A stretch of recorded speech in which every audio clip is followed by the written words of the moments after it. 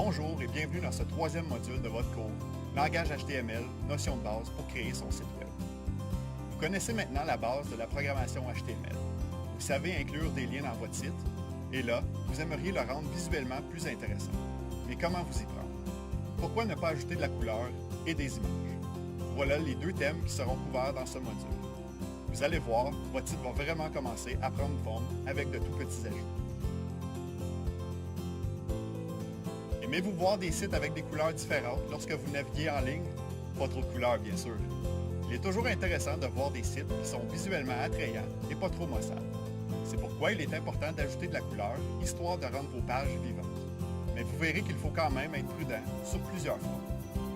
Lorsqu'on parle de couleurs pour le web, on va parler de système de couleurs. Il y a deux systèmes de couleurs. La synthèse soustractive, dont les couleurs fondamentales sont le magenta, le jaune et le cyan, et la synthèse additive, dont les couleurs fondamentales sont le rouge, le vert et le bleu.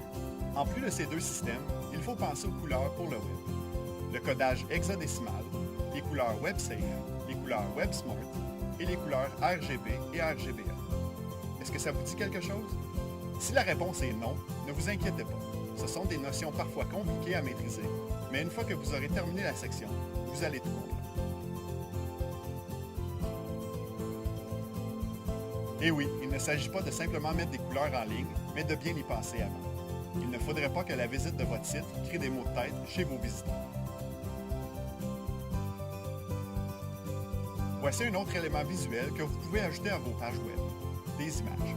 Vous aimeriez peut-être ajouter une image d'un projet que vous avez mené à bien sur votre curriculum vitae en ligne, ou bien vous aimeriez partager des photos de la fête de votre fille sur votre site.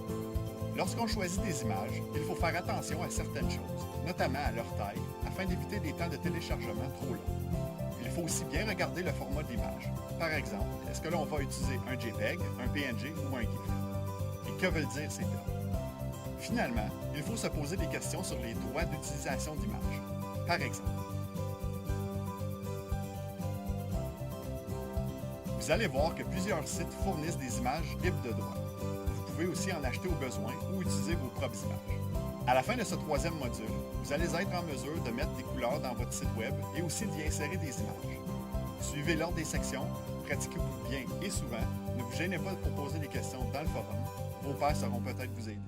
Bon module.